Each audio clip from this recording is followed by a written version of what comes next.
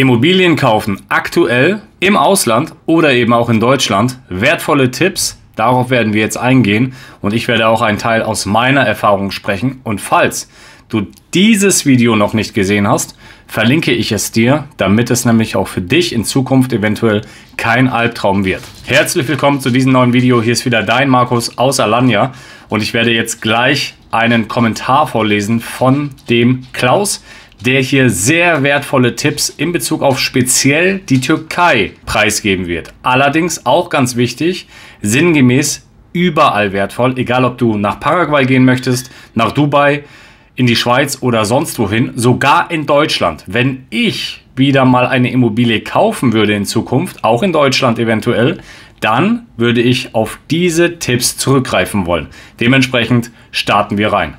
Und bevor wir in das Video reingehen, kannst du dem Video jetzt schon mal einen Daumen nach oben da lassen, das Video teilen und aber auch gerne natürlich ein kostenloses Abo da lassen und die Glocke aktivieren, damit du nichts mehr verpasst. Let's go! Der liebe Klaus schreibt: Hallo Markus, nun möchte ich doch etwas zu deinem Video sagen und etwas aufklären über die Türkei, insbesondere beim Kauf von Immobilien und dem Abschluss von Mietverhältnissen. Wenn ich mir einige Kommentare so ansehe, denke ich, dass viele hier sehr naiv an die ganze Sache herangehen oder herangegangen sind. Das, was ich hier beschreibe, ist in anderen Ländern auch nicht anders, insbesondere auch in Deutschland nicht. Erstens, der Kauf und Erwerb von Grundstücken und/oder Immobilien. Bevor man hier eine Immobilie kauft oder einen Kaufvertrag abschließt, sollte man doch beim Tapu-Amt nachforschen. Erstens, ob das Grundstück oder die Immobilie frei von jeglicher Schuld ist. Zweitens, ob in nächster Zeit beabsichtigt ist oder geplant ist, ein Ausbau weiterer Immobilien an oder in der Nähe meines Grundstückes. Drittens, ob weitere Bauvorhaben, wie zum Beispiel auch Autobahnen, geplant sind. Und viertens, ob mein Grundstück auf oder in der Nähe möglicher antiker Städte liegt. Vor allem die Punkte 2 und 3 sind enorm wichtig, denn wir haben es in der Nähe hier von Mersin selbst erlebt, dass etliche Leute Grundstücke mitten auf antiken Städten gebaut haben oder der Staat geplant hat, eine Autobahn quer durch das Land zu ziehen. Hat man dann eine Immobilie genau in diesem Bereich, so hat man Pech gehabt und bekommt zwar einen Ausgleich, der aber bei weitem unterhalb des tatsächlichen Kaufpreises liegt und die Kosten nicht deckt. Und man muss die Immobilie abgeben. Ähnliche Vorschriften gibt es auch in Deutschland. Das muss aber einem jetzt hier nicht wirklich wundern. Klaus schreibt: Wir haben selbst 3 hervorragende Makler, die extrem gute Verbindungen in den verschiedenen Tapu-Ämter haben und die für uns nachforschen, wenn wir ein Grundstück oder eine Immobilie kaufen wollen, wie die Sachlage in den nächsten 5 bis 10 Jahren aussieht. Dann ist man auf der sicheren Seite. Dazu auch ein Kommentar von mir. Wir haben auch relativ viel Glück gehabt, indem wir auch vorher natürlich schon durch Familie, durch Bekannte Kontakte aufgebaut haben, beziehungsweise uns auch dadurch natürlich viel Arbeit abgenommen worden ist und wir auch direkten Draht zu gewissen Ämtern haben. Nichtsdestotrotz gibt es hier in der Türkei, wahrscheinlich auch weltweit, nirgendwo eine 100%ige Sicherheit. Auch wenn es heißt, jetzt aktuell in den nächsten 5 bis 10 Jahren wird an deinem Haus, an deinem Grundstück, in deiner Umgebung nichts gebaut. Dann zweiter wichtiger Punkt: Mietverhältnisse, Läden oder auch Wohnungen. Hier wird meines Erachtens sehr naiv rangegangen. In der Türkei gibt es sogenannte Tarikname-Verträge. Genau heißt das Talye Taahhütnamesi. Was hat es damit auf sich? Ich würde niemals unter gar keinen Umständen einen Mietvertrag machen ohne diese Tarikname-Verträge. Das bedeutet, dass Mietverhältnisse oder Mieten von Läden nur über eine Laufzeit von maximal einem Jahr zwischen beiden Parteien bestehen. Danach wird jedes Mal der Mietzins um 65%, bei Wohnungen ca. 55%, inflationsbereinigt erhöht. Also das ist jetzt ein wichtiger Punkt für Vermieter. Das ist hier normal. Wenn sich dann jemand dagegen wehrt, muss er die Wohnung verlassen und ich suche mir einen anderen Mieter, der bereit ist, den Betrag zu bezahlen. Das ist hier in der Türkei so. Ich habe damit als Vermieter oder Eigentümer überhaupt gar keine Risiken. Beide Parteien wissen, auf was sie sich einlassen und viele schließen das auch ab und man einigt sich jedes Jahr über diesen neuen Vertrag. Und das ist absolut eine Empfehlung auch von mir, weil ich es aus eigener Erfahrung von meinen Nachbarn auch hier miterlebt habe, die teilweise über viele, viele Jahre, es geht schon in den Jahrzehnt hinein, denselben Mietvertrag hatten.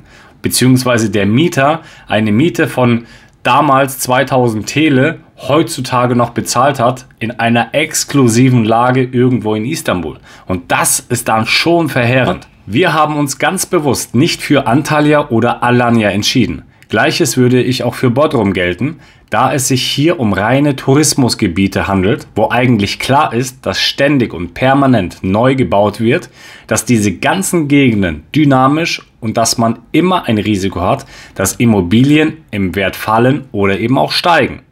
Darüber hinaus bringt das Vermieten an Privatleute oft außer Ärger und Arbeit nicht wirklich viel und schon gar nicht bei Kurzzeitverträge. Klaus schreibt weiter: Wir schließen Verträge grundsätzlich immer über ein Jahr ab. Wir suchen uns die Mieter sehr, sehr genau aus und vermieten hier Läden an Rechtsanwälte, Ärzte oder Logistikunternehmen.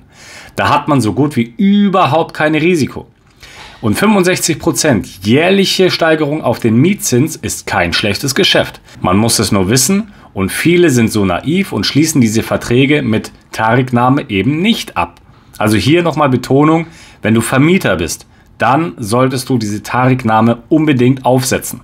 Nun kann man natürlich sich darüber streiten, ob das ethisch-moralisch okay ist oder nicht, aber angemessen der Situation an der Inflation ist es doch in Ordnung und dementsprechend sollte man auch nicht so naiv sein und bekloppt sein und das Ganze aus eigener Tasche zahlen, sondern eben auf den Mieter umwälzen. Es ist völlig normal. Er schreibt das hier auch, das ist völlig normal und niemand beschwert sich auch darüber in der Türkei. Auch in Deutschland werden völlig naiv Verträge über Immobilien abgeschlossen oder Immobilien gekauft, die möglicherweise später durch staatliche Bauvorhaben wie Autobahnen oder Windkrafträder dann erheblich an Wert verlieren und ich möglicherweise sogar die Immobilie an den Staat abtreten muss. Stichwort Enteignung. Da muss ich dann aber sagen, wie naiv kann man eigentlich sein, wenn man sich nicht vorher über Jahre erkundigt, was der Staat auf diesem Gebiet vorhat.